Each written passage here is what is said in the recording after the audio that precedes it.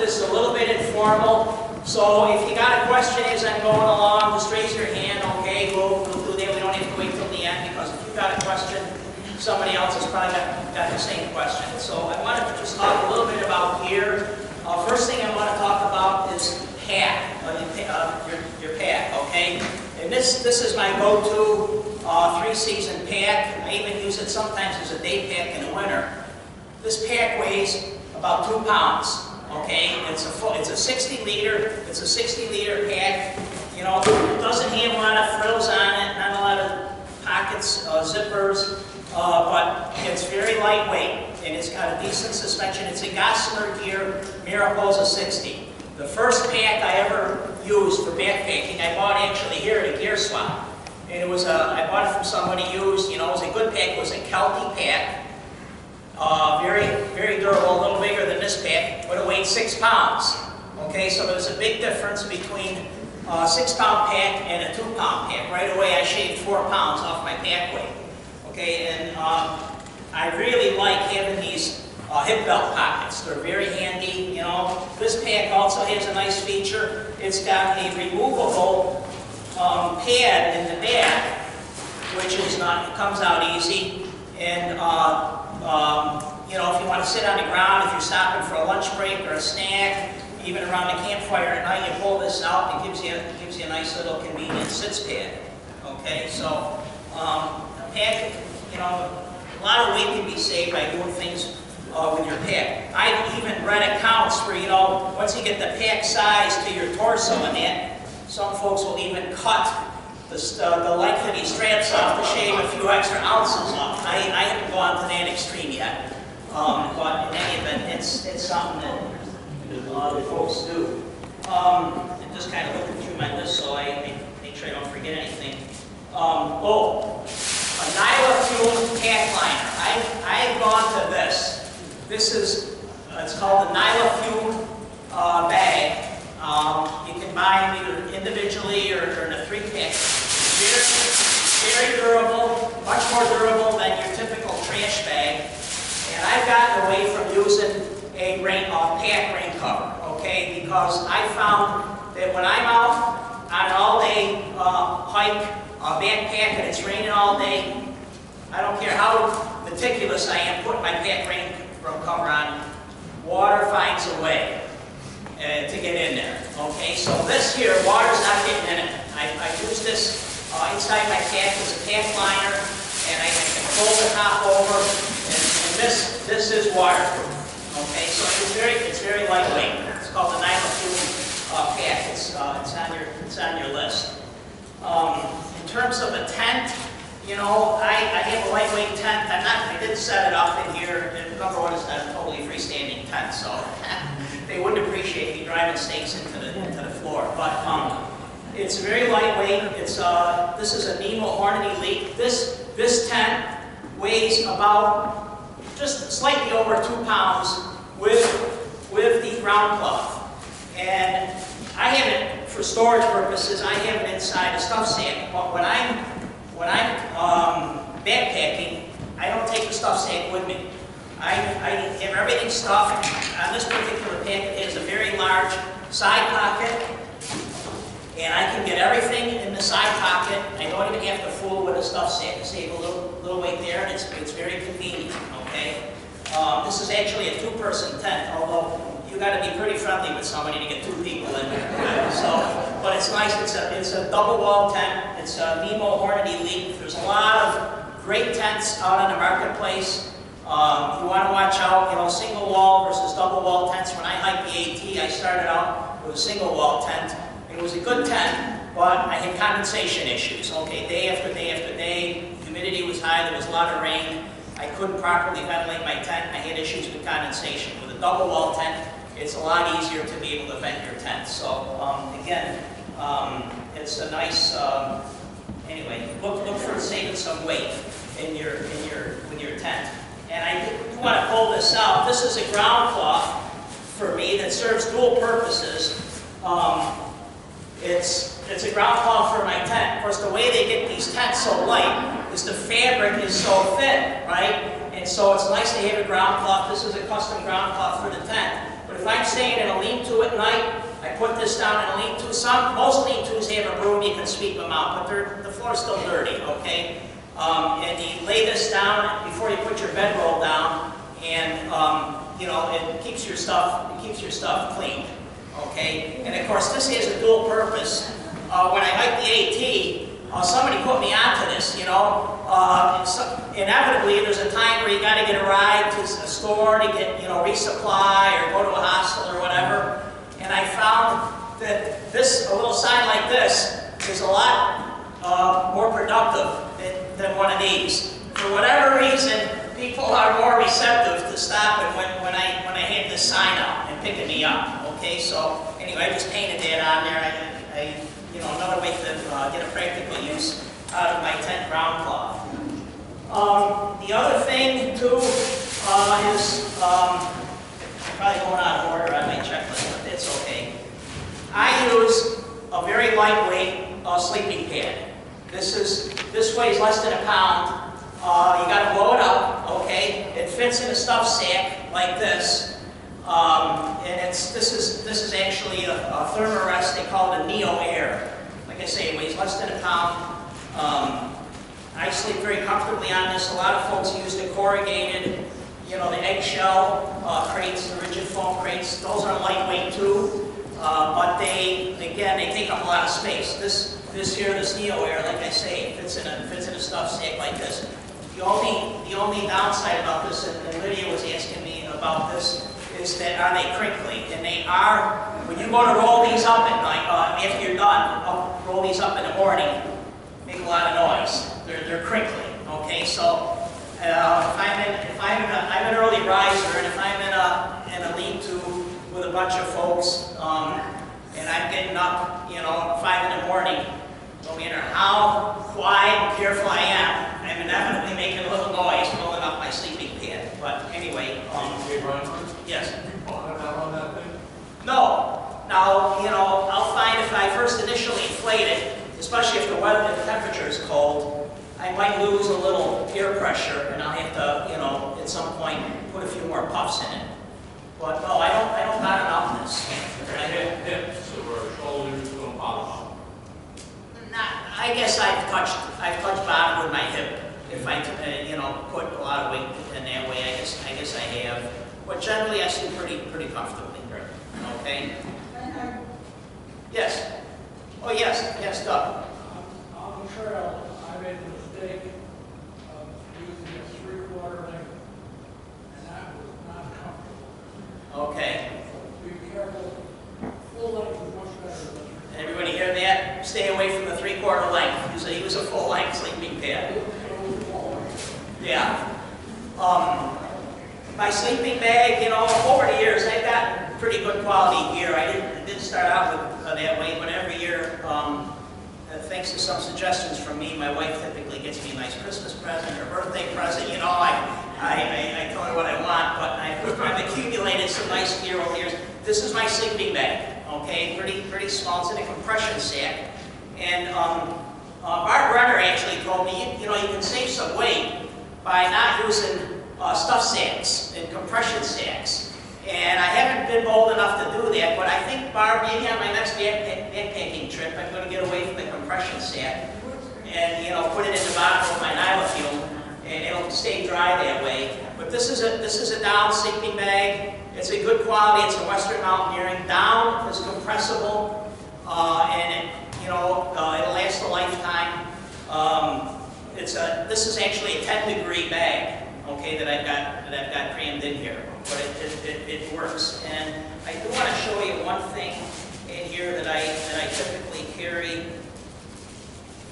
I'm not going to get my sleeping bag out, but I do carry, as part of my sleeping system, I carry a couple of dryer sheets, okay?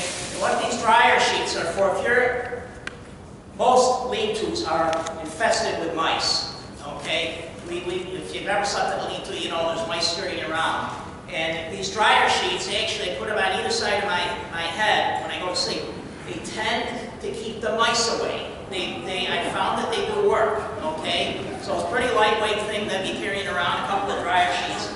And I also carry with me a sleeping bag liner. Not so much for warmth, but you know, you're out on a trail, you're sweaty, your body oils and stuff, and I got a lot of money invested in my sleeping bag. I don't want to get my sleeping bag dirty.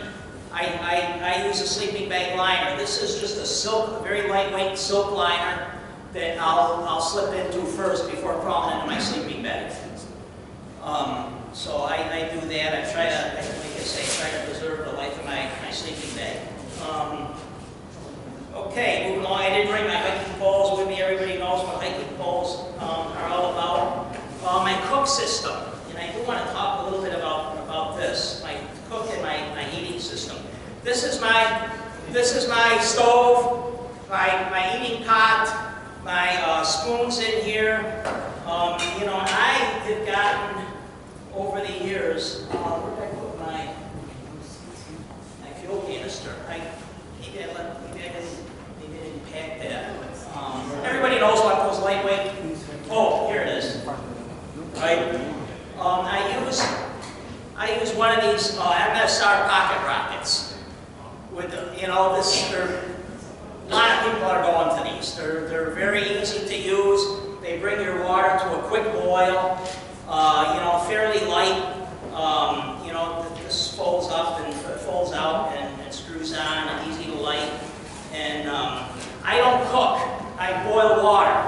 I'm not cooking a gourmet meal. What I'm basically doing is bringing water to a boil. You know, I have my fold-up eating spoon in here. This is a sewing needle. Sewing needles are tough to carry on a trail because you're afraid about poking a hole in something. So I store it inside my cook pot, inside some tape. But you know, I bring my water to a boil, and then I use my freeze dried. I dump that in there, and I carry my freeze dried in a freezer bag, Ziploc bag. Stay away from carrying these. I mean, the meals are fine, you know, these freeze-dried meals, but the packaging is heavy, it's bulky, and I found too that 2 servings are too much for me. A 2-person serving is too much for me. 1-person serving is not enough. I mix my own. I buy it in bulk and mix my own, but I wanted to bring this in to show you. If you buy these, and it's fine, take them out of this packaging before you go on your backpack and put it in a freezer bag. So I bring my water to a boil, dump it in here. Sometimes I'll carry some foil packets of either tuna or chicken to get a little extra protein in my body at the end of the day. And then I, you know, dump it in here, put the lid on, and let it rehydrate for about, you know, 5-7 minutes, whatever, and then eat that. How many milliliters is that hot? Oh, it's a good question. Probably 400 or 500.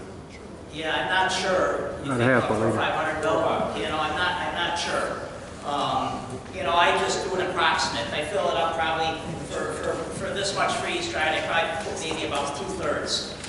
Fill it up about 2/3, and then bring it to a boil and then dump it in. And then I eat right out of this. You can also, what some folks do is they pour the boiling water directly into the freezer bag and eat right out of the freezer bag. That works too. It saves you from soiling your pot. You still now you gotta carry around this bag, you know, pack it out, of course.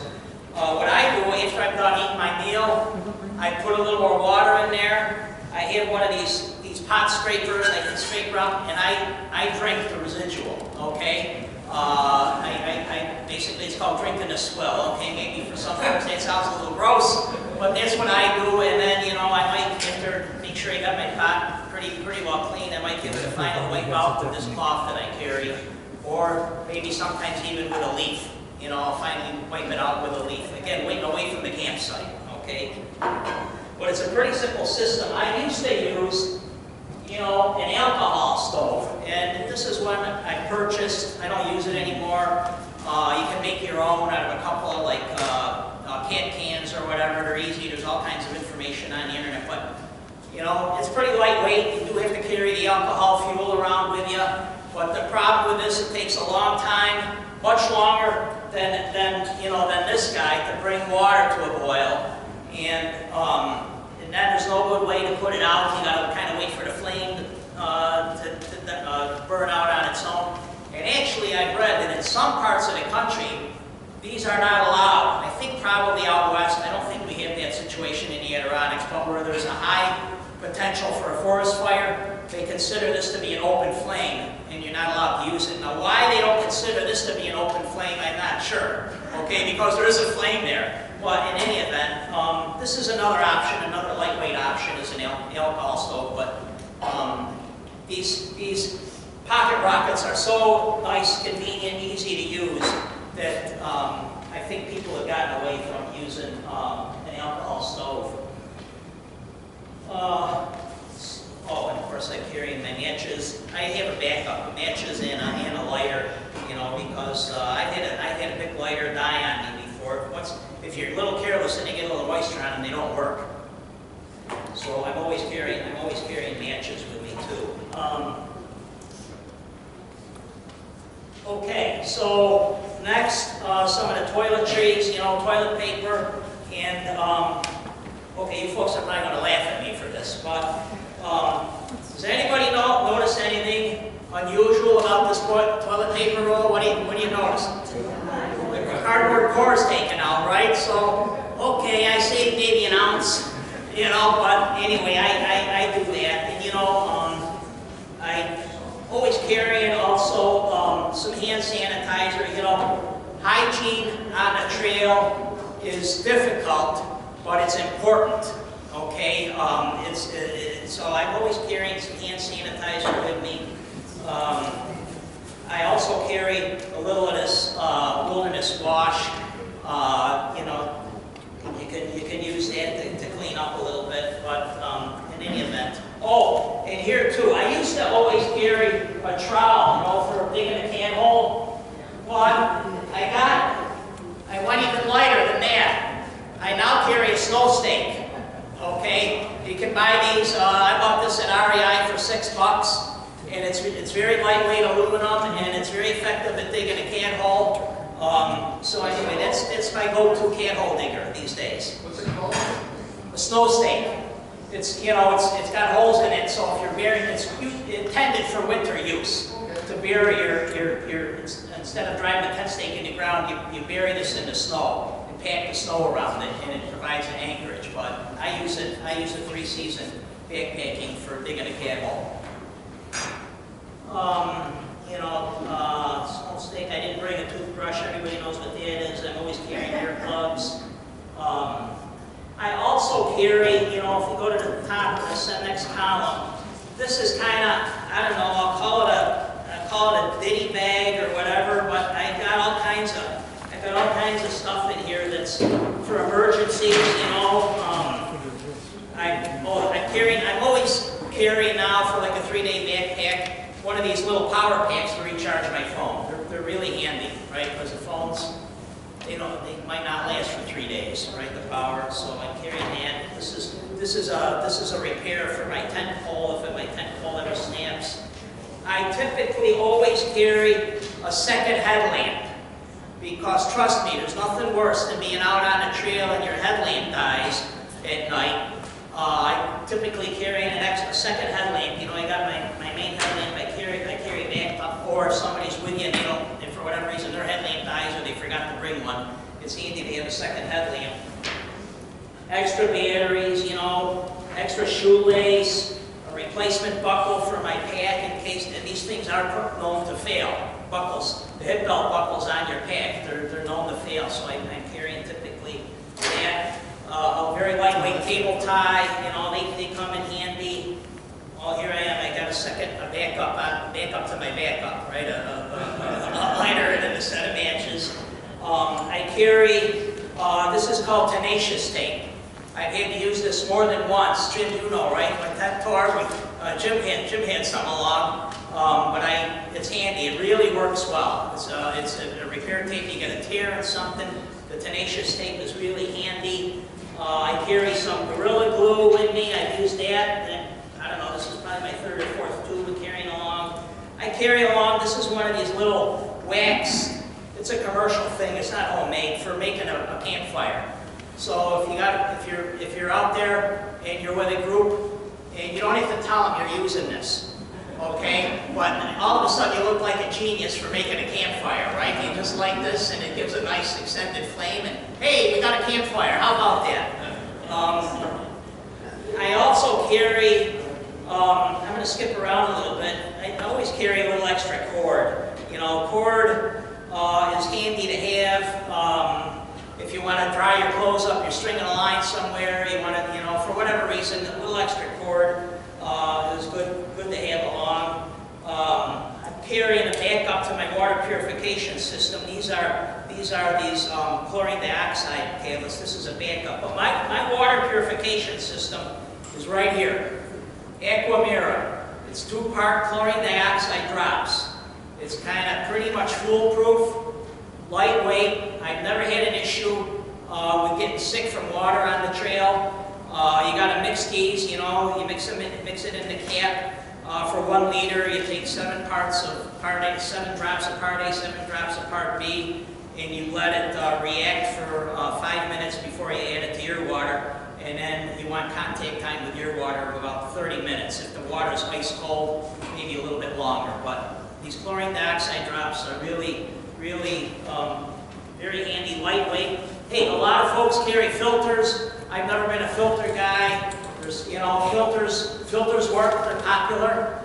But to me, it always seemed like it was a little bit cumbersome. You know, and filters take sometimes a long time to purify the water. You got to rig up a bag and let it drain on some filters. They also now have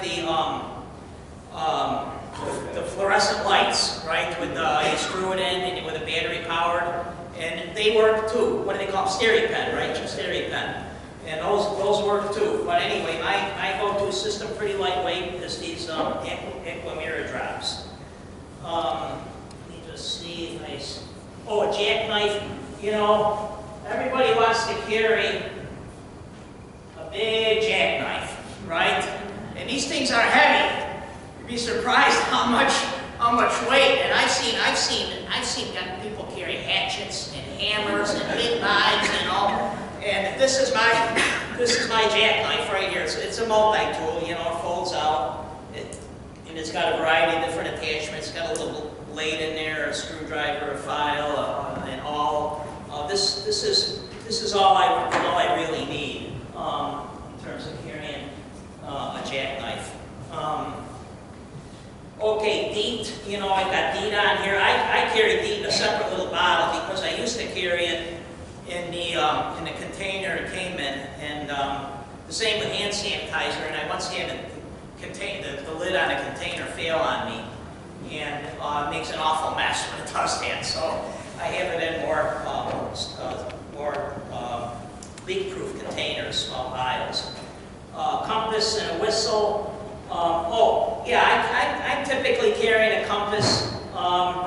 And you know, if I'm on a backpacking trip where I know I'm setting up a base camp, and then maybe I'm off doing a peak, and I'm leaving all my bulk of my gear down below. I'm not carrying my sleeping bag or my sleeping pad or my tent. I'll carry one of these emergency bivvies, okay, with me in my pack, because I've had to use this more than once, not for myself, but for someone else, and they're handy to have. I think they're like $20, and I don't want to unfold it because it's hard to get them folded to this size again. But I do carry that, depending on the nature of my trip. If I'm just doing a through backpack and I'm not setting up camp and going off somewhere, then I won't carry this because I've got all my gear with me. I don't need to carry this. Okay, the maps I'm always carrying, compass. I always got a compass with me and a map. We talked about water purification. Duct tape. I don't have any here with me. What I typically do, I have some duct tape wrapped around my hiking poles. Okay, just, you know, some lengths of duct tape wrapped around the hiking poles, and now I've got it with me. We talked about all that. Okay, the cell phone, the battery was. Oh, I'm also always carrying a small notebook with me. you know, because just in case we got an accident or somebody's not, you know, somebody has a health issue or whatever, you want to keep a record of that. And, you know, for when you do get in touch with an emergency responder, they're going to want to see that record. So I'm carrying a small lightweight notebook, and then, you know, a small pencil, which is you know, kind of, I consider it essential gear. I'm always carrying that. Well, before I go to the next topic about food bag, I do want to talk a little bit about first aid stuff. And you know, you can buy the commercial first aid kits. I've been once backpacking on a trip, and we had a nurse, and she had a first aid kit that was out of this world. Of course, it weighed about 10 pounds, you know. And anyway, we downsized her first aid kit. You know, I carry some basic stuff. You know, I got scissors, tweezers. I carry a cravat in case we got to do a tourniquet or put somebody in a sling. I carry a variety of different tapes, blister treatment. I carry some of this two-sided sticky tape, micropore tape. There's some moleskin in here. There's a variety of bandages. You know, again, I got some gauze bandages here, some gloves, and I also carry. I just handed out. I also carry a little mini first aid book because I've taken a wilderness first aid training, and the problem with that is that, you know, if you don't use it on a regular basis, at least for me, I forget. And you know, okay, what are your symptoms? What's going on? Okay, are we dealing with hypothermia? We got heat exhaustion. This little book, I figure, might come in handy someday to help with the diagnosis and treatment of somebody that's got a health issue. So I carry that along. But you know, I make my own first aid kit based on what I think might possibly need. Some folks carry more stuff, but anyway, that's what I'm carrying. Okay, food bag. I want to talk a little bit about that. You know, this is my food bag. So I don't carry a beer canister unless I'm in an area where a beer canister is required. I hate carrying them. They add some weight. They're bulky.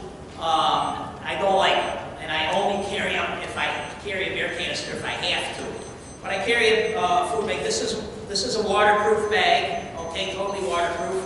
And of course, you see I've got tape and fluorescent tape and some markings on there because sometimes I tend to be an early riser, and sometimes I get going early in the morning and I say, well, where exactly I hang my beer bag? So I'm groping around in the woods, you know, with my headlamp on, and this helps me find that, okay? And you can, you know, it seals like this. And I can carry quite a bit of food in my beer bag. And then, of course, I'm carrying, because I'm not carrying a canister, I need to be able to hang a beer bag rope, right? And so I'm carrying, this is my beer bag rope. It's 50 feet of cord. This is just a homemade thing because I got tired of untangling the beer bag rope all the time. So this is just a homemade little thing, almost like you see some kite strings come this way that I use. And of course, I've got a carabiner around here. And if you want to learn about hanging beer bags, I'm doing a workshop at Outdoor Expo on hanging a beer bag. So if you want to come to that, I'll teach you how to hang a beer bag. There's all different ways to hang it. But this is my throw rope. Okay, I take a rock and throw it over, and this is how I get my beer bag system going. What else? Well, water bottles. Yeah. Let me just take my water bottle out here. Oh yeah.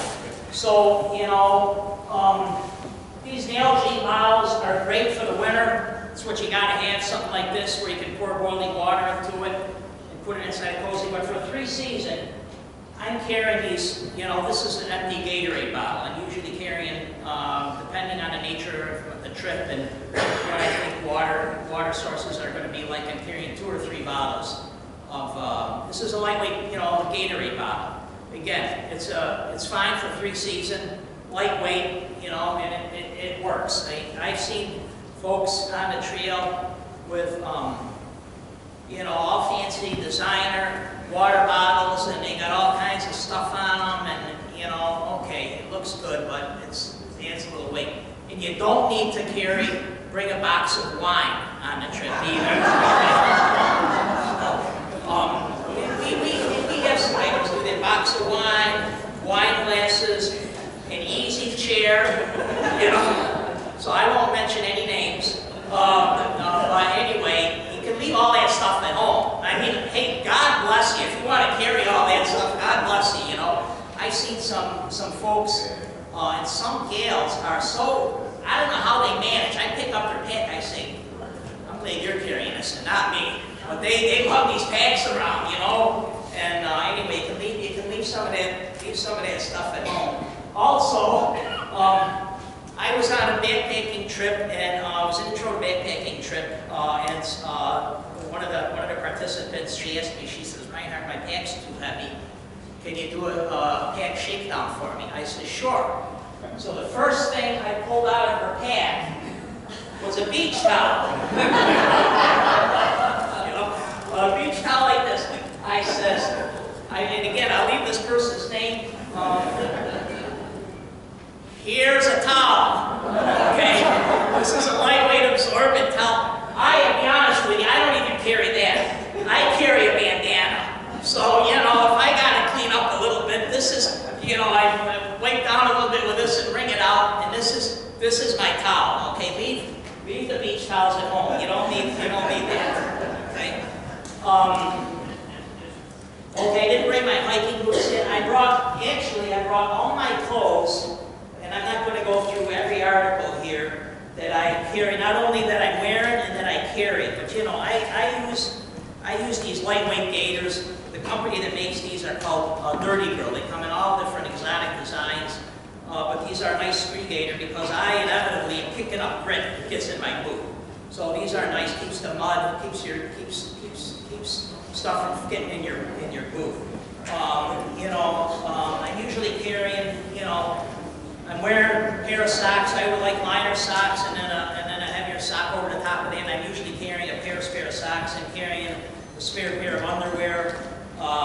You know, I have a lightweight shirt.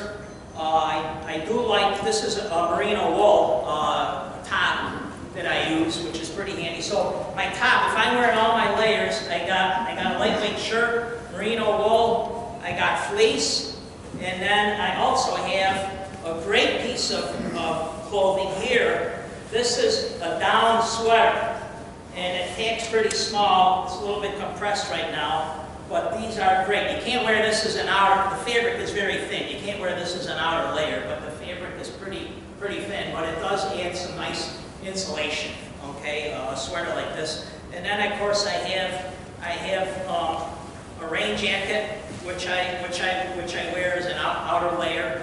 And I like, for 3-season, I like what's called a rain skirt. So if any of you were here for our fashion show, I was modeling this. I'm not going to model it again, okay, enough of that. But this really works for me, you know, a rain skirt. It keeps, you know, in the 3-season, I'm oftentimes in shorts. And if my lower part of my leggings on my pants get a little wet, so be it, you know, but it's easy. Let's see what else I can show you. I do, depending on what the weather forecast is like, I want to show you, oh, right here. I generally, especially if I'm someplace where I know it's going to be a little chilly, I'm carrying a buff, okay? These buffs are great. Matter of fact, I'll wear this at night if it's a cold night, you know? So these buffs are great. It's a tube, but you can wear them, you know, you can wear them a variety of different ways. Anyway, a buff is handy, and I'm carrying typically some very lightweight gloves. You know, I mean, they're not suitable for the winter, of course, but 3-season, if it gets a little chilly on the trail. And I actually, when I did the AT, I actually have used these made from the same company that makes my rain gear. It's called Reinhard gear, and I'm actually carrying these. And this is just a baggie. It's a coated piece of nylon. It's not breathable. But this works, okay? And actually, I said, well, this is not going to provide any warmth, not any insulation properties. It actually does keep your hands somewhat warm. Very lightweight, you know, to make one time, I think it's okay. So I'll carry something like that. I'm also carrying typically Crocs. You know, Crocs are handy at the end of the day. You want to get your boots off and get into something a little more comfortable. And of course, something like this is also handy if you got a water crossing. You know, if you come upon a place where you got to wade through the water, there's no way getting around it. You got to wade through a pond, or there's a beaver has built a dam in a place where, you know, it causes a problem. Take your boots and socks off. Wading across barefoot, some of these places, you know, get pretty rocky and hard on the feet. It's easy to lose your footing, so I'll take my boots and socks off and slip into the Crocs to make the water crossing. Pretty lightweight piece of gear. Okay, and you know, mosquito head net too. If you're out in bug season and you think you might have an issue with bugs, mosquito head net is handy to have along. That's pretty much all I've got to talk about. Any folks have any questions? About pants. Oh yeah, I wear zip-off trail pants. You know, lightweight. They're quick dry. Again, I don't think any of you got to be told this, but stay away from cotton.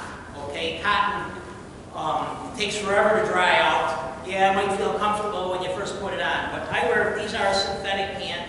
They're lightweight. The bottoms zip off. What you got to watch out for when you buy zip-off pants is that they have a zipper or something that allows the bottom part of the legging to come apart, so you can get these on and off without having to take your boots off, right? So I bought a pair of pants too that I thought, oh, I'm real smart, you don't have a zipper. And however, the pants wasn't quite as baggy as these pair. I couldn't get them over my boots, so they were kind of a useless pair of zip-off trail pants. But anyway, yeah, these are just a lightweight synthetic pair of pants that I wear. Yeah. So we put all that together, no food, no water, what's the weight? Okay, for a 3-day, 2-night backpack with full water, let's say 2.5 liters of water, and food for 3 days, my pack shouldn't weigh more than about 31 to 32 pounds. Okay? That's about what my pack will weigh. Yes? So you have those shirts and the shirt and pants. You have it changed. No, I'm not. I got to change of underwear, and I've got an extra pair. I've got an extra pair of socks along, you know. But no, I'm not. So if you fall in If I fall in a mud puddle, I'm going to be dirty, you know. When I come to a creek or something. No, yeah, no. Then you know, you just got to make do. Yeah, I'm not carrying extra clothes.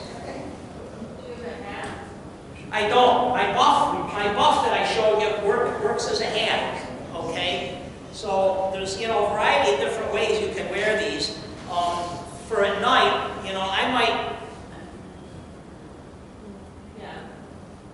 If it's a cold night, I'll sleep like this. You can also almost fashion like a do-rag type system out of this. Again, excuse me. When I first bought this thing, it was actually a video, of how I bought this when I started my hike at AT several years ago. And I said, geez, I don't want to look stupid out there and figure out how to wear this thing. It was actually a video that they have with about, it's entitled like 18 ways to wear your buff. Okay? But there's a variety of ways. You can wear it like this too. And I have a couple of different buffs. This one is a little heavier weight. It has some insulating value. I also have one that's very lightweight, very thin. But I'm not carrying a hat. My rain jacket has a hood on it. So if I'm, on a summit somewhere and the wind is howling, I can put the hood up on my rain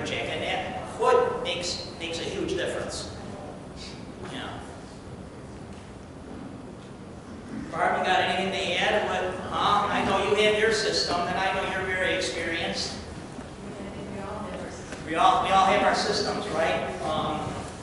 I didn't talk about stuff sacks. Again, you know, I carry my clothes, my spare clothes in a stuff sack, right? And of course, that's one of the things. My clothing, I don't want my sleeping bag to get wet. I don't want my clothes, my spare clothes to get wet. And some of the critical items will go in my nylon pack liner. Okay, but yeah, my extra clothes will fit. My extra clothes, whatever I got, like my extra underwear, socks. And of course, I'm not generally wearing all layers all the time. You know, stuff goes in here in a stuff sack. Yes. You can buy refillable inserts for Zippo lighters that are windproof, and they're a whole lot better than a Bic lighter. Are they? I know Okay. a lot of people use Bic lighters, and I just have the worst time with those. Yeah. So I got a Zippo with a refillable gas insert. Okay. The other thing is I recommend 2 rolls of toilet paper, because once the word is on the street that you have a roll of toilet paper, that's the roll of toilet paper. Trust me, I'm carrying extra toilet paper. Yeah. And the reason I'm laughing about it is when I hiked the AT, I had to get off for a while. I came down with something called C. diff. Anybody heard of that? Clostridium difficile colitis. How I got it, I don't know. But I couldn't hike anymore. I was up in New Hampshire at the time, and a doctor at a hospital in Berlin, New Hampshire, saw me, and I thought maybe I came down with Giardia, which is a waterborne parasite that you get. And I thought maybe I somewhere was careless in treating my water. Well, they ran tests, and the doctor told me, well, the good news is you don't have Giardia. Bad news is you got something a lot worse. You got C. diff. And I couldn't hike. They knocked me off the trail for about a year. I had to see a gastroenterologist, and he said, your system's going to be about a year before it gets back to normal, because they load you up with antibiotics. It kills the C. diff, but it wipes out all the good bile in your GI tract. So you basically are starting out as an infant, right? Starting out all over again to build that system back up. So anyway, I'm always carrying extra toilet paper. Anybody else? Oh, yeah, Jackson. Somebody over here. Sarah, did you have your hand up? No. Okay. Okay. Oh, yes. Yes, sir. I was just wondering about glasses in the rain, if you have any ideas there. No, you know, if I'm gonna be on a summit, I'll carry one of those, what do you call that thing? Croaky. Couldn't come up. It's tough when you're getting old, you know, you forget all this. But I'll carry a croaky with me if I know I'm gonna be on an exposure. In the winter time, yes, the glasses will ice up. So in the winter time, I'm wearing contact lenses. It's the only time I wear contacts. But yeah, I don't know if my glasses get wet in the rain. I can still see reasonably well, even though they're wet. But anyway, everybody's a little different. Yes. Okay, this is for PH2 nitrogen. When you were on the AT, did you have a second pair of clothes or no? I really hope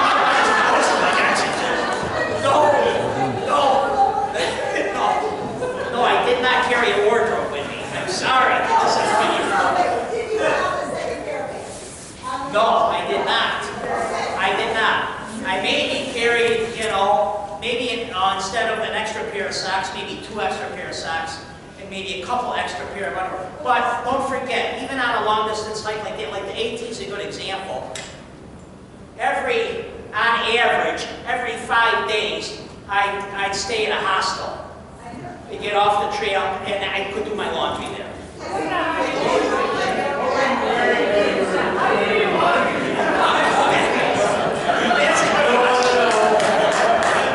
I have a funny story to tell you about that, but go ahead, Doug. You got your hand up there, something's burning. In your bathing suit, okay. Doug is an ex-AT through hiker. But anyway, no, I didn't carry second clothes. If at the hospital,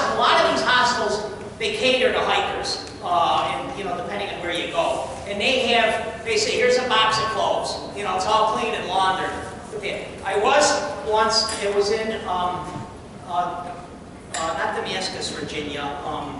Anyway, in a town in Virginia where I was staying, and I wanted to do my laundry at a laundromat, and I've done that a few times. And of course, I want to wash everything, right? Including my underwear, everything. I want to throw everything in the washing machine. So what some folks will do is take a plastic garbage bag and slip that on, you know, and put that on. Now, you know, I was glad the cops didn't come around when I was doing that. There were a few women in this place, ladies, turn your back. Well, I slip on and get on my clothes and slip on this plastic bag, okay? But anyway, that works. Yeah, Doug.